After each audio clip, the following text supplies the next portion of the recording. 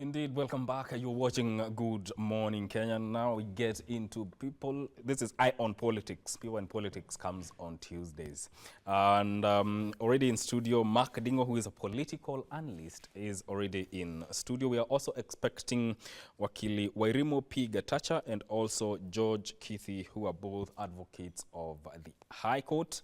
But the show must continue. And a lot has happened in the political world since last week. We saw former Deputy President Rigathi Gachagua launch his party, that is Democracy for Citizens Party.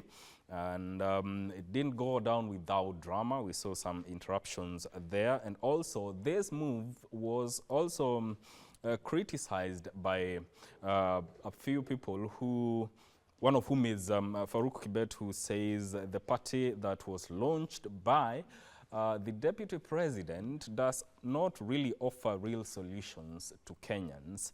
And also this comes in the context of the region, especially when it comes to the politics of Mount Kenya, which has several political parties. We have Mothers, PLP, there's also Jubilee, there's also TSP by Mwangi Kiunjuri. So how is that going to play out? But the president also has received support from a section of Western lawmakers saying they will back his re-election bid. So they have said, come what may, they will make sure that they will give the president the necessary support come 2027. And also, as we had earlier said, one of the things that stood out is about the deportation of Martha Karua back into the country, or denied entry into Tanzania. Bwana Mark, I want to engage you on these matters, but first of all, welcome to the program. Thank you, Mike. Yes, and according to you, what stood out for you between Friday and yesterday? The last 2 days, I think so much happened, and more so was on politics. The much awaited launch of Gachagua's party, the former deputy president, was unveiled, and it did not come without some side shows, because we witnessed the trend which is coming up of every time he has some meeting, you find some goons having been organized to go and disrupt the occasion. I think, yes, the party was launched, the DCP, but we saw there was no much about the party, the launch of the party. I think as he said, we are expecting to see how it's going to be received by the people, and we expect a lot is going to happen from him, because that was a launch, and more is going to come as he moves around, try to popularize the party to the people of Kenya. Yes. Yes. Given the events that happened during that day, do you think there's some level of growing intolerance, political intolerance within the country? Yes, I think we've witnessed a lot of intolerance witnessed within the country, and something which is worrying us is it's not happening to other parties. Yeah, we've witnessed that most of the intolerance is being witnessed whenever the former president is having something. So I think the government should move fast and stop this kind of hooliganism, because if it stays unchecked, I think it can cause some more chaos. Because as we know, as we approach the 2027 elections, a lot of things are going to happen, and it's the high time that the government, that is the Minister for Internal Security, put this to stop, because it's not going to anger well for the coming days, which are going to be election period. Yeah. No, going back to the aspect of Gachagwa's launching a new political party, what do you make of it, and what is your take on the timing?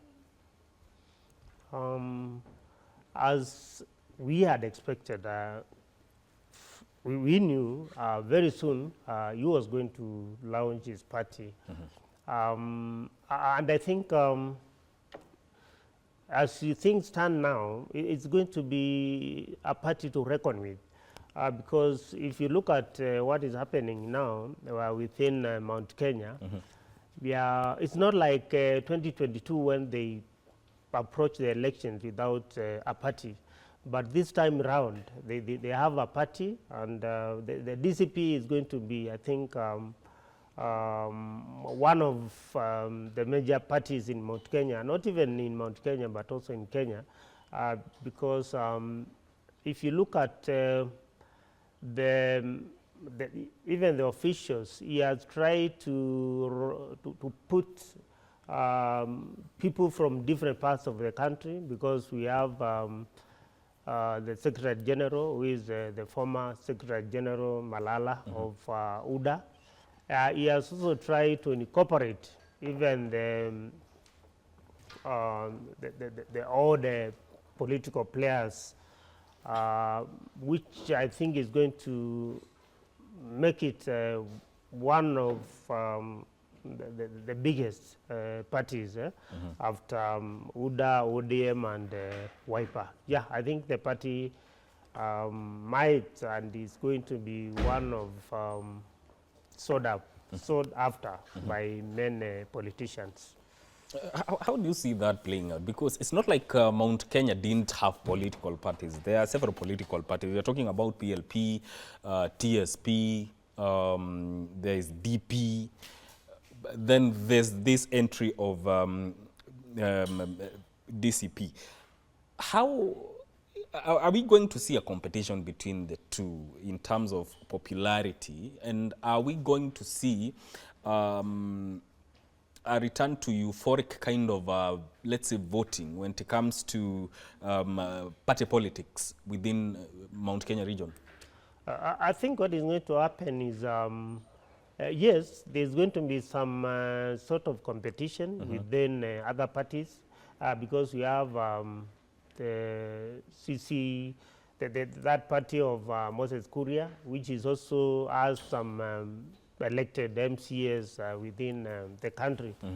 So I think going forward, and with the kind of euphoria witnessed whenever we have some parties in the regions, I think there's going to be some sort of euphoria within Mount Kenya, more so because this time around, I think they are trying to have a party which they can call a party of the region, because, as you know, our politics is local, and every region would want to have a party that is associated with it. So I think Mount Kenya is not an exception, and they are going to. It's going to be. I don't think it's going to get more competition from the existing parties, because if you look at the way the former president is being received and is being perceived by the Mount Kenya, it's like it's kind of he has gotten some kind of sympathy, and a bigger percentage of Mount Kenya is going to be within that party. But don't you think if we go by euphoric kind of an approach to new political parties, won't we be going back to the same cycle where people are euphoric about a new political party, the most popular, without scrutinizing the kind of people that they are electing? Sure. The undoing of our elections and why in most cases we don't get the right people is because of we vote through emotions. We don't look at people who can people who are looking for who are servant leaders, and I think this is a weakness within our electoral system, because if we were to vote for people who can who have vision and people who have interests of the people at heart, it can really change the situation. But if you look at the past elections and if you look at the current leaders we have, most of them are elected not because they are good leaders, but they are elected because they associate themselves with the party of those regions. And in most cases, we tend to lose the focus of how elections are supposed to be done. As we've, if you look at, for example, the UDA party in 2022, it did not matter whether your integrity was was good. If you came from Mount Kenya, you came from Rift Valley and some other parts, people were voting for you, and that's why you find if we want to have to elect good people, I think we should shun this habit of electing people through emotions, and we should also stop electing people because they associate with the party of that region, because this is it's a challenge, not even within one region, but it's a challenge for Kenyans to always look at people who can who have high integrity, people who can who have interest of the electorate, because it's a challenge to any election system where we don't get the right people, and every now and then you find after 5 years you elect people, and after 5 years you start complaining that you are not getting the services. But do you think we have come of age? Because currently we have over 90 political parties registered. Have we come of age in terms of really scrutinizing the kind of people we elect, regardless of the party to which they belong? Have we come of age?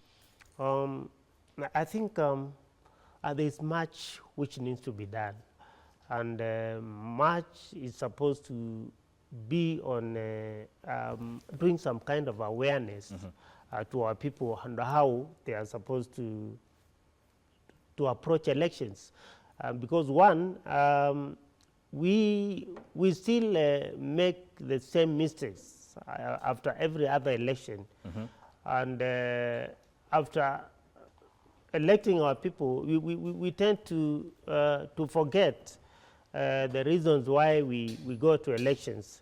We go to elections to elect people who can serve, and we go to elections to elect people to bring development to our people. But in most cases, I think we tend to lose the focus, and this, I think, is a challenge within the society, which we should continue to educate our people on how we can approach these elections, because as it stands now, we are still a long way to go in terms of electing people on integrity and electing people who can bring development to our people. Yeah. Wakili Wairimu Gatacha, you know, a lot has happened, including the ones we are talking about, the launching of the DCP by the former Deputy President. Yesterday we saw Martha Karua being denied entry into Tanzania. And also leaders from Western region, a section of leaders from Western region assuring the president that they will stand by him in 2027. To you, what stood out between Friday and yesterday? Good morning. Karibu sana. And thank you for having me. It was a very busy weekend in the political landscape. Yeah, I think for me what stood out is maybe towards the end of last week when the former deputy president unveiled his party. And it got me thinking about a lot of things. Let's first go into what their slogan is. Their slogan being Skiza wa Kenya, Skiza ground. I believe that for every government, first we can agree that governments are not popular world over. But for every government that wants to be popular has to be attuned to the needs and the needs of the electorate.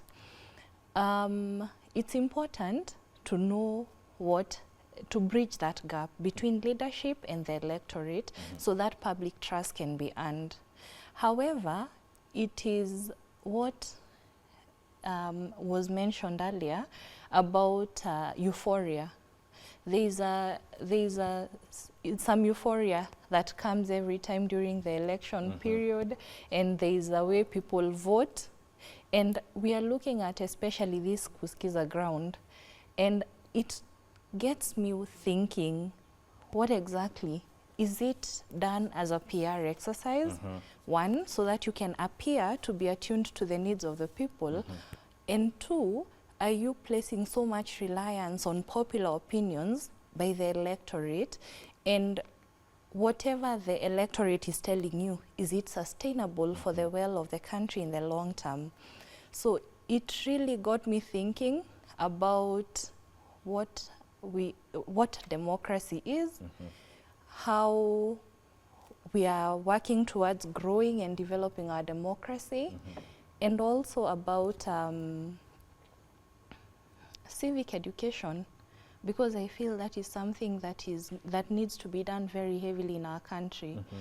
Because when you believe in a leader, why are you believing in that leader? What is that leader going to do differently or is going to do for you?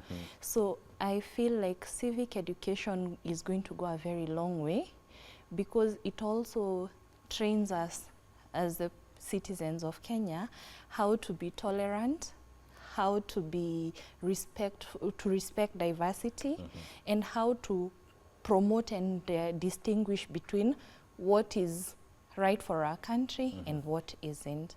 So yeah, and also the aspect you said about the aspect of civic education. What is the approach? Because here we are dealing with political parties, and the more political party is popular, the more people gravitate towards its candidates. But then again, they forget one fundamental rule: scrutinizing what the candidate is bringing. Yes. So what is the best approach to this kind of civic education?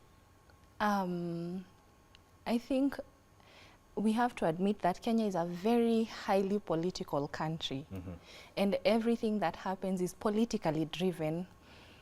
We have to,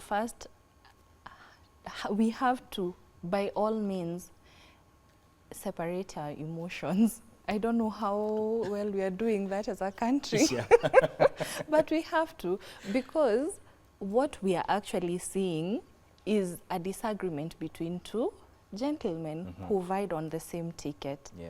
And because one was ousted, it was a very painful process. Definitely, we have to admit it. That impeachment was a very painful process, but we have seen a very vengeful attack on the presidency and the government. However much there are real issues that need to be critiqued in the government. So I think when we understand what a beautiful country we have, believe in it so much, then we will be able, for instance, I saw someone post somewhere, for us who are parents, when we are employing someone to come and take care of our children, we do a thorough back check on the person. We want to know, where do they come from? If you are a Christian household, are they Christians? Can they pray and read the Bible with my child? How are they? Do they have any health issues? You know, we put a lot of effort into making sure that these people are right for our children. In the same way, the way we are looking at our country now, it also speaks to how our children will be governed and the kind of country they will find at the time when they are of age. We should also put proper scrutiny to these people that we allow in these positions of leadership. Because what we have seen is leaders who mislead, people in positions that should rule, who misrule the country, and we should be very worried. And when we think about it, then we'll be able to scrutinize heavily and seriously these candidates, leave alone the party. Yeah, because I would want to imagine that they are very good independent candidates that will take the country to a very good place.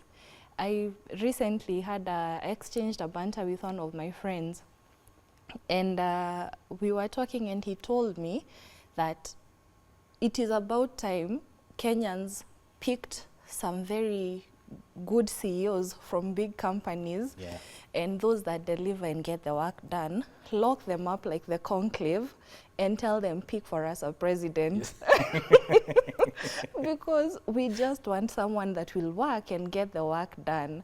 But now our argument was in the face of democracy. Is it for the people, by the people? But yeah, so people out here have very utopia thoughts, and it shows that there is definitely a gap in the populace and the government. Yeah. Mark, when it comes to political parties, do they live up to their ideals in the course of time, especially once the electioneering period is done? I think with our political system is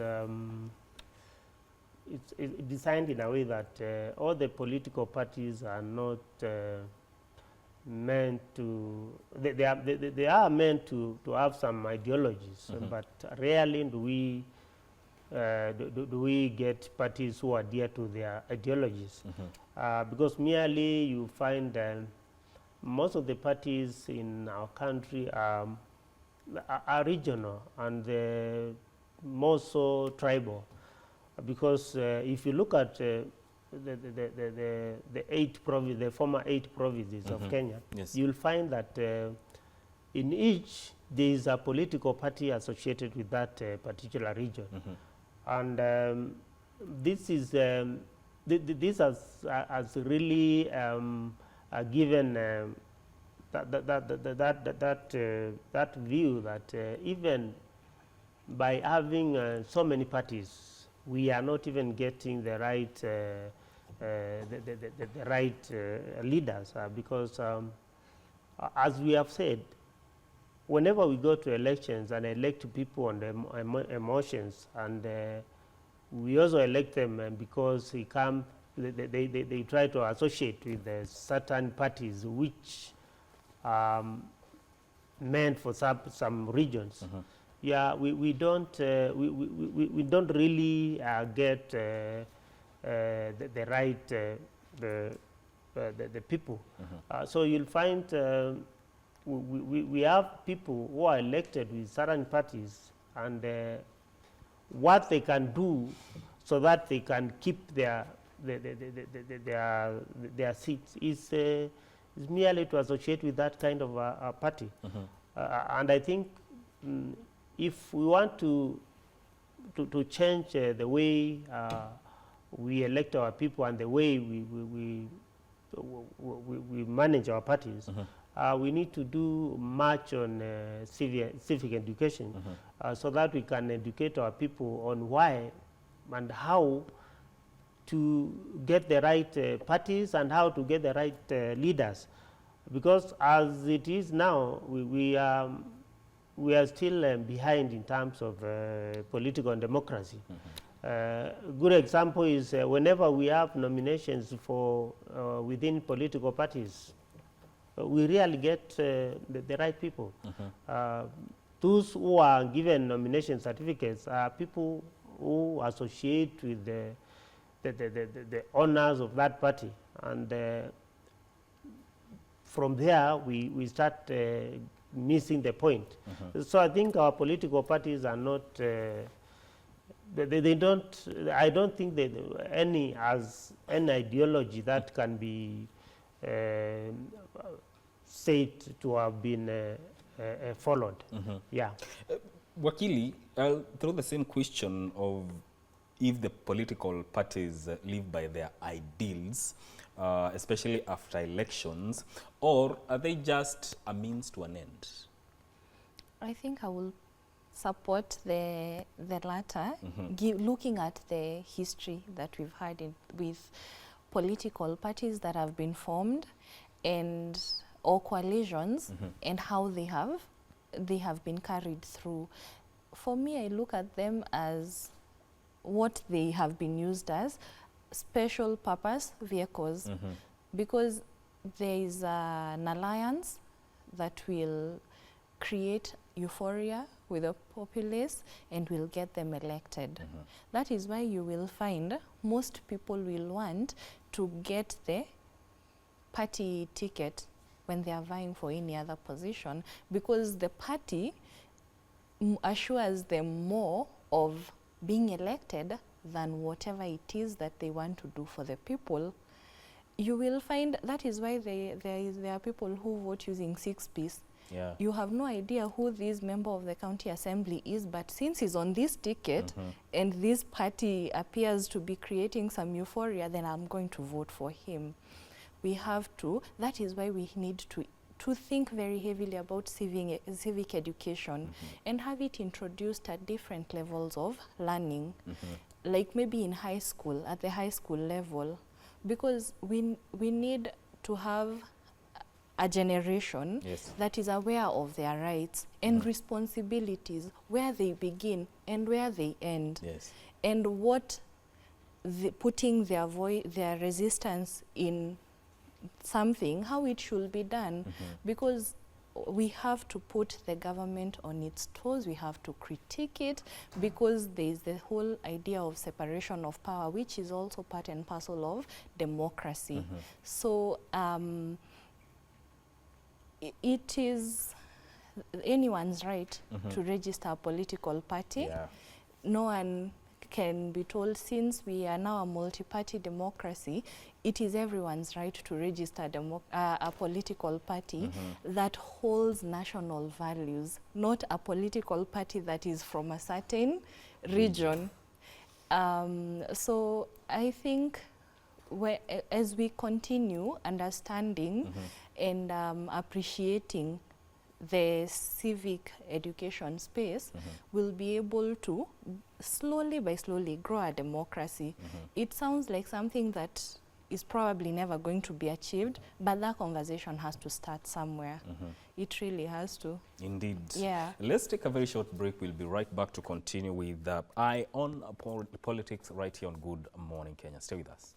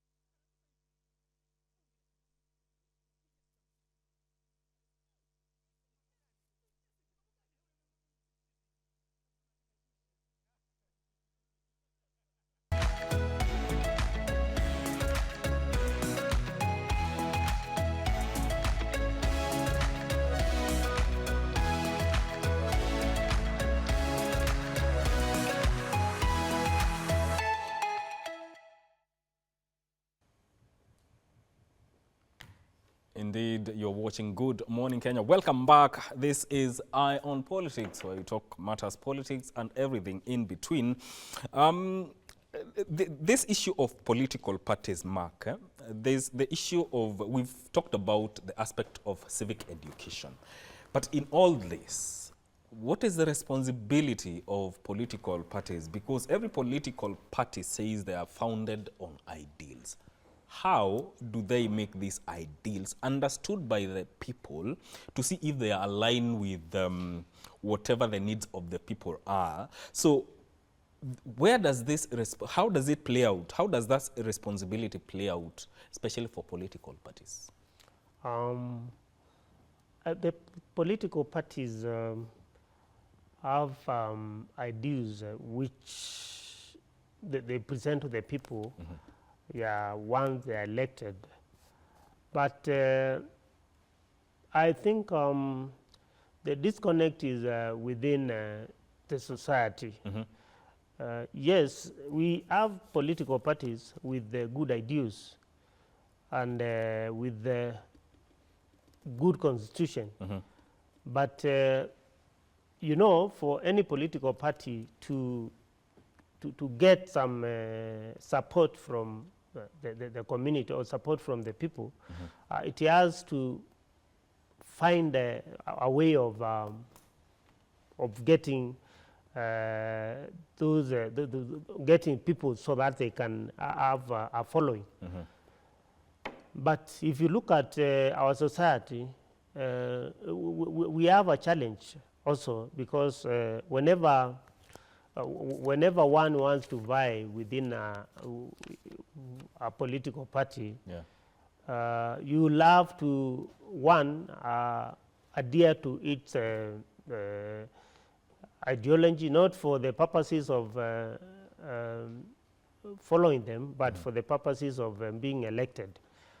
And I think our political parties have a job to do. One, to, before they go to the people, I think they need to have to do more of civic education, so that they can educate our people on why these political parties is being formed and what are the ideologies of that political party. But we tend to miss it because even our society will not even look at those ideologies. It will just go to that party merely because one will want to be elected, and merely because one is the political party is associated with that region. For example, if you look at the DCP, which was launched by the former President Gachagua on Friday,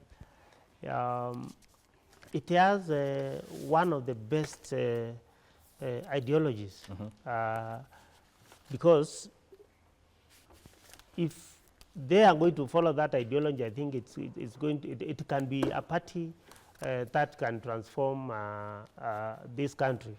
But I want to tell you, the ideology is just for getting followers only. And once, if that party gets into power, it will be, you will not even find that party practicing what the party was formed for.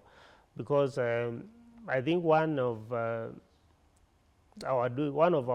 doing is we form these parties only to get power, and once we get power, we tend to forget. Okay. Yeah. All right. I want us to gravitate this conversation to quite another fascinating or a matter of public interest regarding yesterday's denial by the Tanzanian authorities of lawyer Martha Karua and other people within the legal fraternity who had gone to be observers at the Tundu Lissu's trial in Tanzania. And they were denied entry and deported back to the country yesterday. So, Wakili, first of all, being a lawyer, what do you make of all this? It's a very sad time to be alive in the sense that there's already the diplomatic relations, especially in East Africa, where as a qualified advocate who's practicing in Kenya, I can go and practice in Uganda and in Tanzania. And we want to, it was a very unfortunate incident because as we understand, the political temperatures are already heightened in Tanzania, given the fact that the Tundu Lissu is being tried today. So for that reason, obviously, there are very high political temperatures in the country, and anything that will polarize the same, the government of the day, probably, I do not understand Tanzanian politics. I've not really made any effort to understand them so much, but I will imagine if the same was happening here in our country, and say for instance, the former deputy president is probably on trial, or maybe someone like the former prime minister, Raila, is on trial, I will imagine the kind of temperatures that will be in the country, and anything from outside that will polarize the same, I want to imagine that it will want to be calmed.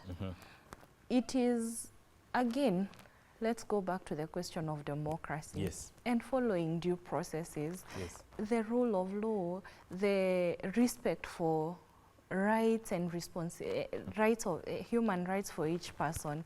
It was a very, very saddening experience. I was listening to the news earlier on my way here, and I also heard Boniface Mwangi was also being harassed overnight. In the dead of the night, there were cops outside his door, and they wanted to do some inspection, and he refused to open. So we can see how misrule and blatant disregard of human rights is actually being apportioned to people. So it's a very sad turn of events, because I don't think my senior, Martha Karua, would have gone to protest in court. She was just going to probably just sit and follow and observe, right? So it is that political intolerance that is being depicted by the governments of the day that worries so much, because what extent will they go to put these people down to make sure that their voices are not heard? It is very worrisome. Yeah, indeed. They were invited by the East Africa Law Society. And Mark, given the yesterday's event, what do you make of it? And also, is there, would you say there's a growing intolerance to dissenting voices within the East Africa region? I think the incident of yesterday of Mother Karua being deported back to the country was uncalled for, and it was not necessary. And because if you listen to what she said, she only wanted to go and observe the proceedings of the case.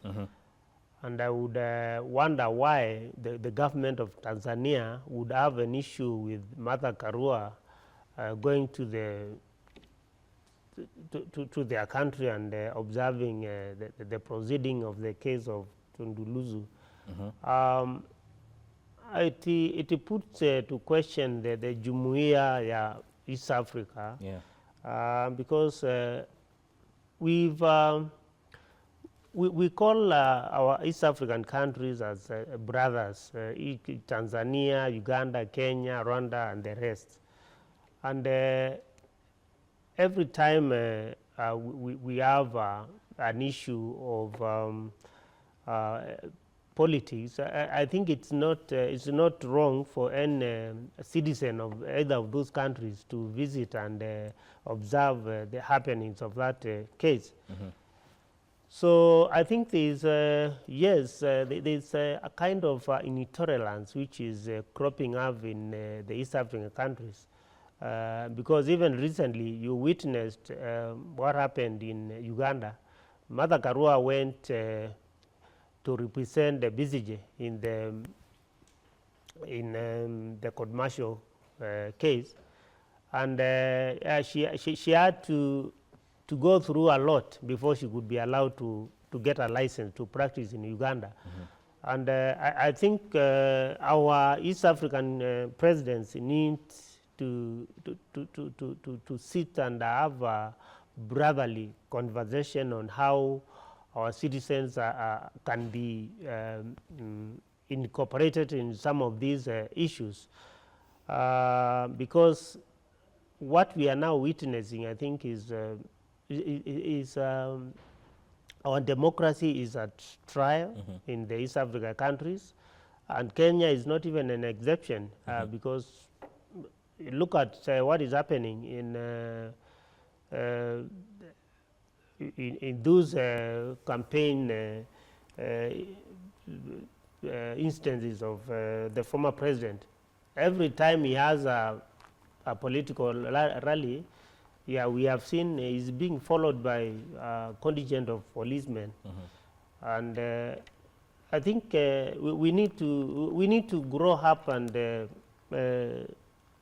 change the way we do our things, because we are using a criminal justice system to suppress our opponents. We not it will not help our country. It will only continue to give so many dissenting voices, because you cannot suppress democracy where people are civilized, and this is a modern society where nobody would want to follow something which is not taking us to any direction. Indeed. So I think we have a problem, and it's a challenge we are putting to our president, President Sulu, Ruto, and Museveni.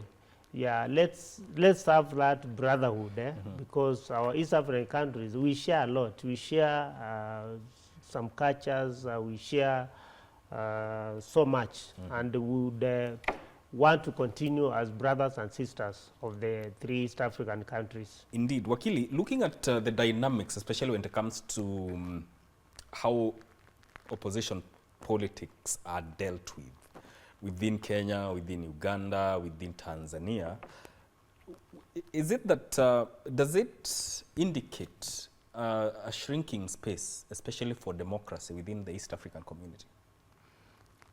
Yes, yes, it does show that, because the moment a government that cannot, refuses, completely blatantly refuses to listen to the voice of the dissent, then there's a problem, because there's always something, you know. I would like to talk to people about some good projects that are being done by the country, by the government. Yes. There are very good projects that the government has started and is carrying through. There are very many beneficiaries. For starters, on Friday when I was unwell, I went to hospital and SHA worked for me. So I am not giving some ideas and imaginary things. It is working, though it's not effective. So we cannot say that the government is not delivering and is not working completely. So even while we are critiquing the government, it is also good to also point out the good that is happening, and even with the good that's happening, there are also people that within those projects are trying to sabotage the president. Well, that said and done, you asked the question about the dynamics of how the government's handling the Africa, dissent. yeah, they are handling opposition politics, Yes. how they are dealing with it. So the biggest question here is the aspect of democracy shrinking within the East African community? Yes, yes, yes. I do feel like we have a challenge that we are facing, and in terms of how the governments of the day are handling the opposition. Because there's a whole, like right now, how politics were done in the early 90s is so different. I have been following up and learning so much about how the YK92 came to be and how they handled politics at the time, and vis-a-vis, because at the time those were the Gen Zs of the time, vis-a-vis how the Gen Zs are handling things right now. So there is obviously a difference in how people are playing politics now. And we have also to appreciate the role that social media plays, which is very, very critical. Because when it comes to even misguiding, misleading, misinforming people, social media is a very good tool, and it's going to be very effective. You just need to say something and have very many people repeat the same, and it's an opinion that is accepted all over. So I feel like there is definitely a concern, and as human rights activists and those people that are put in those positions, we need to have engagements between these lobby groups for human rights and the governments, so that we do not strain we do not create a gap, and we do not suppress the opposition. We appreciate the dissent, because there is something in the dissent that will cause whatever is not working to probably work better. And also, when we now go back to civic education, it also teaches us how to have our resistance heard. How do you put your voice of resistance into things that are being done? You know, where you understand where your rights begin, where they end. Because sometimes even the opposition politics that are being played, if you are to think and sit critically and look, they probably even look baseless, because you have taken the position where you want to oppose everything, the good and the bad. We started by saying there's always good and bad, but if you oppose everything, your opposition almost becomes negatory, because what does it do? So I think it's a conversation where the opposition are supposed to understand their role, which is keeping the government on its toes, critiquing government on issues that are really of use to the country, and not just critiquing everything, absolutely everything. And especially I will fault the opposition politics for trying to create hate, spread. There were very reckless remarks, if I can call them so, which were translated to the former deputy president beating the war drums, when he made reference to the 2007-2008 post-election violence in regards to 2027. That is a very careless statement to make, and I do not think it was taken out of context. If those are the opposition politics that we are playing, then we are completely losing plot. We want someone who is going to question the question of the public debt, the question of this and that program that is working or is not working, but not the nitty-gritties that seem to just earn you political mileage. Mark, you know, the incidents of yesterday regarding the deportation of Mother Karua, does it raise questions about the aspect of free movement within the East African community? Yes, the East African community was formed so that it can ease movement of the citizens within the countries. And if that was one of the goals, I think we are still one step ahead and two steps backward. If we can deport a citizen simply because he is visiting a country to observe a proceeding of a case, So I think the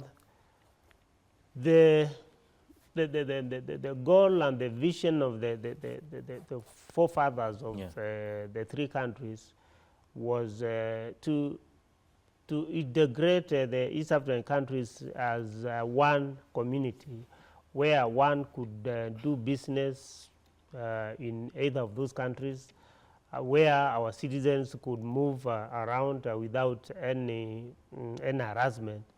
And I think our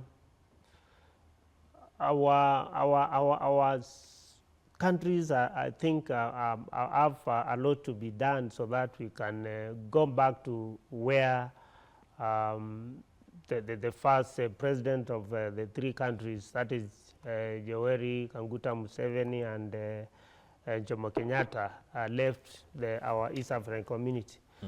Because if this trend continues, we are going to have an East African community where there will be a lot of mistrust in within the citizens of those countries, and also it's going to affect a lot of things, because if Tanzania, for example, deports a Kenyan, and Kenya does the same to a Tanzanian citizen, I think the relationship of the two countries is going to be affected, and we need to have this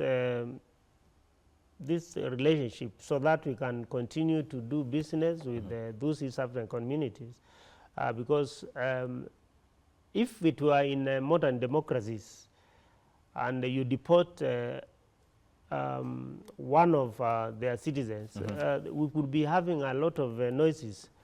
But so I think what Kenya and Tanzania should do is to have a good relationship whereby movement of our citizens is not hindered by anything. Yeah. Wakili, how does the international law play out in all this? Was there a breach of international law? Probably it created tension in terms of diplomatic relations, because if you look at what was the cause for that, I don't think it has been communicated clearly. What there is that there is obviously a lot of speculation on their end. What could have transpired, or what could have happened should they have been allowed to go in. So I think mostly what we are going to look at is strained diplomatic relations between Kenya and Tanzania. Although, given that my senior counsel, Martha Karua, is in the opposition, and Mama Suluhu and His Excellency the President Ruto are probably relating just fine in terms of diplomatic relations, it may not play out to so much, but it is definitely a very, it poses a very big question as to how far this can be taken, because now we are seeing cross-border cross-border issues where now we cannot listen or we cannot tolerate any other person who thinks differently, speaks differently, or does things differently. Yeah. So, and for anyone to practice, for instance, let's say, law in Tanzania, they have to obtain a license from the Tanzanian authorities? Yes. The law society within that country. What happens is that once I am trained as a lawyer, and I'm admitted to the bar, by virtue of my status, I'm able to go and practice in Tanzania and in Uganda. Yes. But you're of course supposed to get a license and documentation allowing you to do the same. So you cannot just show up in a court and start practicing. Yeah. In all this, do you see, or from where you stand, does it really dent the intention or the spirit of the oneness of East African community, of us being one block, one region? Yes, it does. It does, because you see now this is not a one-off incident. It is a repeat.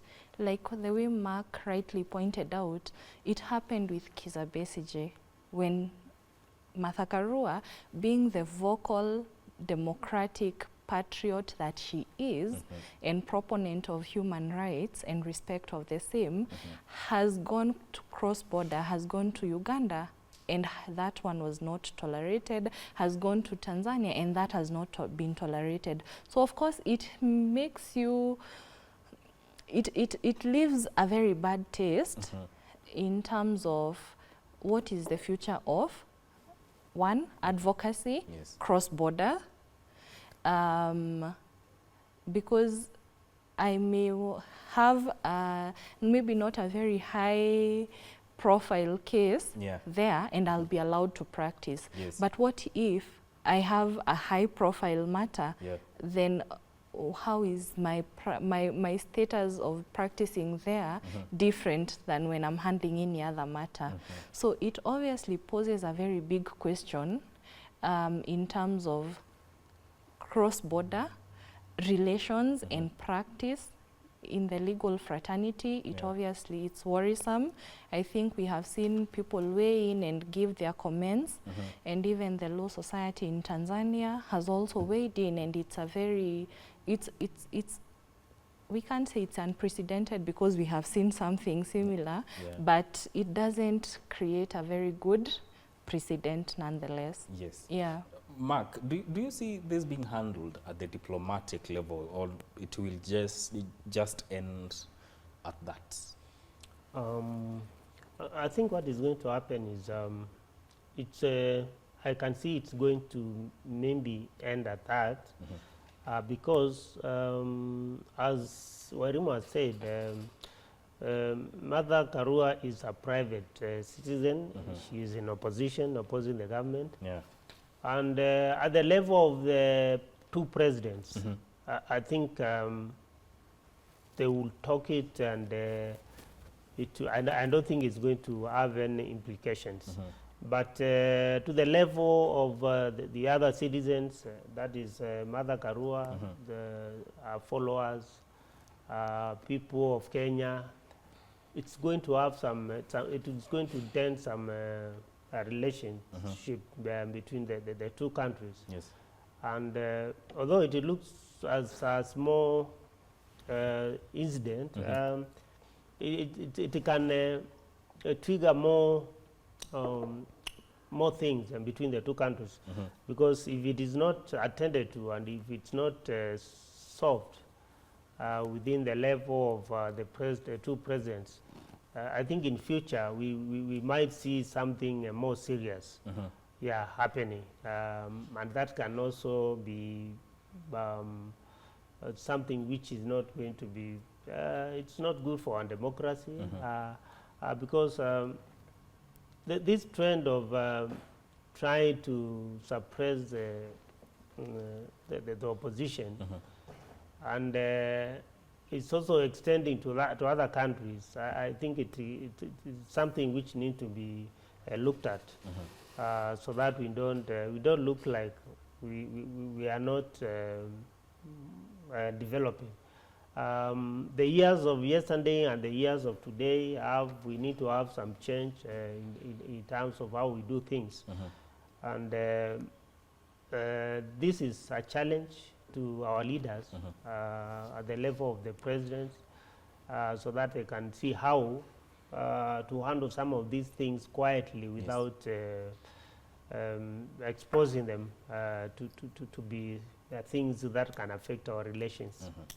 Let me give you each 30 seconds to give your closing remarks. I'll start with you, Akili. Thank you. Today, being the 19th of May, Yes. I would want to pose a challenge to every Kenyan citizen. Let us think about our today and our tomorrow. When we have these leaders come to us, please introspect, please listen to them and take your time, because they hold your tomorrow. Yeah. And I will keep saying it through and through. Let us look for people that have leadership skills, Yeah. people who are able to make very tough decisions, Yes. people that are staying attuned to the needs of the Kenyans, Yeah. and let us allow ourselves to be in a space where we can learn the most that we can about how governments work, about how democracy grows, and about my rights as a person, my responsibilities, and my freedoms. All right. Yeah. Mark. Yeah, mine, I think I will pose a challenge to our leaders. We need to check our language, our utterances. Let's be careful on what we say. And to those in government, let us also be people who can accommodate criticism, because governments are there to be criticized. And to those who are in the opposition, let us also criticize, have held the criticism of the government. Yes. Because we only have one Kenya. Kenya is ours, and we need to have a great country today, tomorrow, and in future. Okay. Thank you. Indeed. Thank you for making time. That is Wakili Wairumu P. Gatacha, who is an advocate of the High Court, and Mark Ndingo, who is a political analyst, joining us here on Good Morning Kenya's Eye on Politics to talk about events of politics and everything in between. This is where we cap this conversation. Don't go too far. Good Morning Kenya continues shortly. My name is Mike Migwe. Bye-bye for now. Stay with us.